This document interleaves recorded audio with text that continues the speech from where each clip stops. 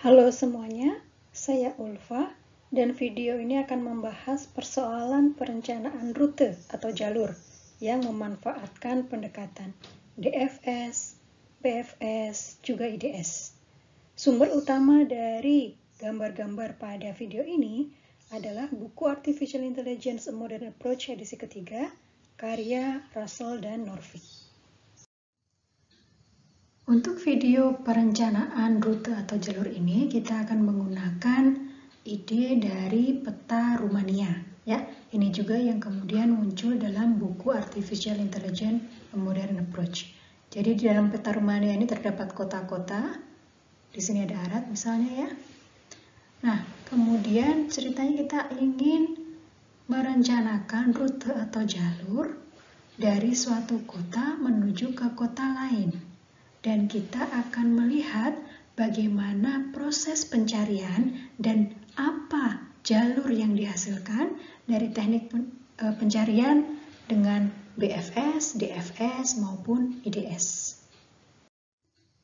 Nah, untuk menyelesaikan persoalan perencanaan rute tadi dengan memanfaatkan BFS, DFS, dan IDS, kita representasikan dulu peta Rumania itu ke dalam suatu graf, di mana simpul itu merepresentasikan kota, sisi itu adalah jarak atau waktu, kemudian status awal di sini kita akan menggunakan kota Arad atau simpul A ya yang menjadi initial state, kemudian status tujuan atau goal state-nya itu adalah kota B yaitu Bukares.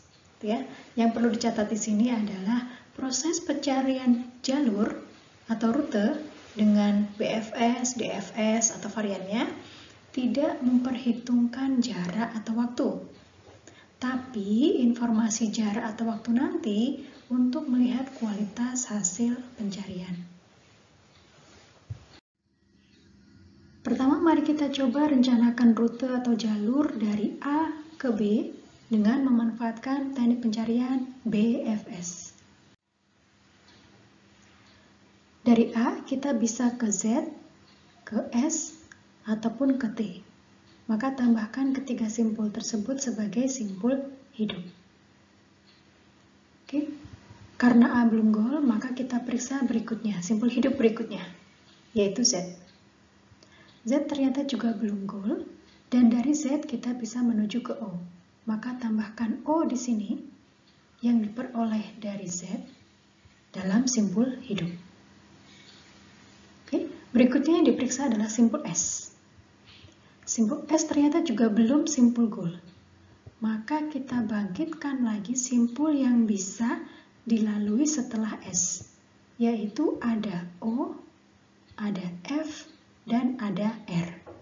Perhatikan O dari S di sini berbeda dengan O yang dari Z. Jalurnya berbeda. Ya.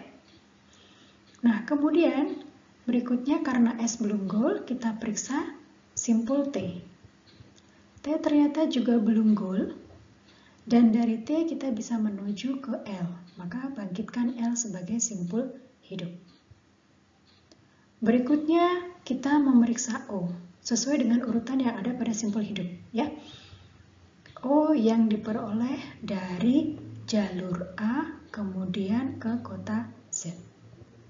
Nah, ternyata dia juga belum goal, namun di sini O yang diperoleh dari jalur A, Z itu tidak bisa lagi membangkitkan simpul lain. Karena kalau Z dia kan tidak mungkin kembali ke simpul yang memanggil sebelumnya. Kalau ke S ternyata S ini juga sudah pernah diperiksa sebelumnya. Jadi tidak perlu lagi kemudian saya menambahkan simpul S sebagai hasil ekspansi dari simpul O. Ya, karena status S ini tadi, kota S sudah pernah diperiksa sebelumnya. Sehingga pada langkah ini tidak ada simpul yang ditambahkan dalam simpul hidup. Oke, berikutnya kita akan meriksa O dari jalur AS. Hal yang sama, ternyata dia belum goal, O ini dari jalur ASO, dan O ini tidak bisa lagi diekspan ke yang lain karena Z sudah pernah diperiksa sebelumnya. S juga simpul yang sebelumnya dilalui. Oke, jadi dalam literasi ini juga tidak ada simpul yang ditambahkan dalam simpul hidup. Nah, berikutnya yang kita periksa adalah simpul F. Ketika simpul F, maka dia belum goal juga, maka kita bisa membangkitkan simpul berikutnya dari F adalah simpul B. Masukkan ke dalam antrian simpul hidup.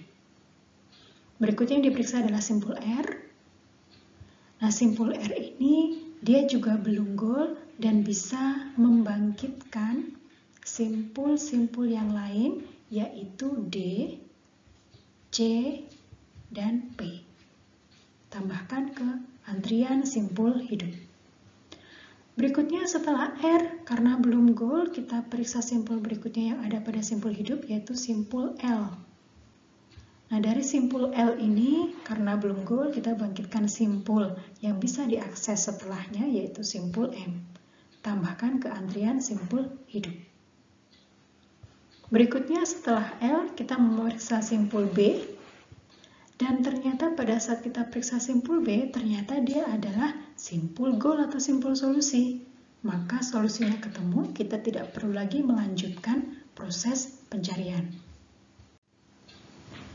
Nah, berdasarkan hasil pencarian tersebut, maka jalurnya atau rutenya itu adalah A, S, F, B dengan total biaya atau waktunya adalah 450. Sekarang mari kita coba mencari jalur atau rute dengan pendekatan DFS. Sama seperti sebelumnya, kita akan mencari rute dari kota A menuju kota B. Dari kota A, karena belum goal, maka kita bangkitkan simpul-simpul kota lain yang bisa dilalui dari A, yaitu Z, S, dan T. Nah, karena belum goal, kita lihat simpul hidup berikutnya yang diperiksa, yaitu Z. Nah, dari Z, karena dia belum goal, maka kita bangkitkan simpul yang bisa dilalui dari Z, yaitu O. Oke, nah O ini tambahkan dalam antrian yang paling depan, karena kita melakukan pencarian mendalam di sini, bukan pencarian melebar. Sehingga dari Z, berikutnya yang kita periksa adalah simpul O ini. Nah, O ternyata belum goal, belum simpul goal, maka kita coba bangkitkan simpul yang bisa dilalui dari O, yaitu S. Perhatikan bedanya di sini dengan BFS sebelumnya. S yang dibangkitkan dari O itu belum pernah diperiksa sebelumnya, sehingga dia tetap ditambahkan ke dalam antrian simpul hidup. Sedangkan untuk kasus BFS tadi, ketika kita memeriksa O, kita tidak bisa mengekspand simpul apapun karena yang lainnya sudah pernah diperiksa.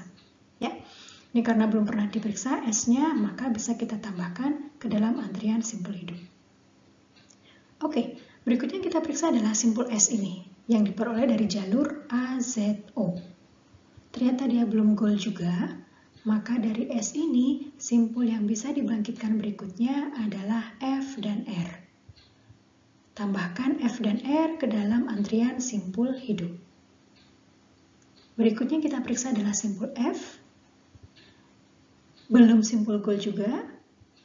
Dan simpul yang bisa dibangkitkan dari F adalah simpul B. Berikutnya yang kita periksa adalah simpul B. Dan ternyata dia sudah goal. Oleh karena itu pencarian dihentikan. Nah, berdasarkan hasil pencarian tersebut, maka rute atau jalurnya adalah AZOSFB dengan path cost-nya 607. Hasil ini tidak lebih baik daripada pencarian dengan BFS sebelumnya yang path cost-nya adalah 450.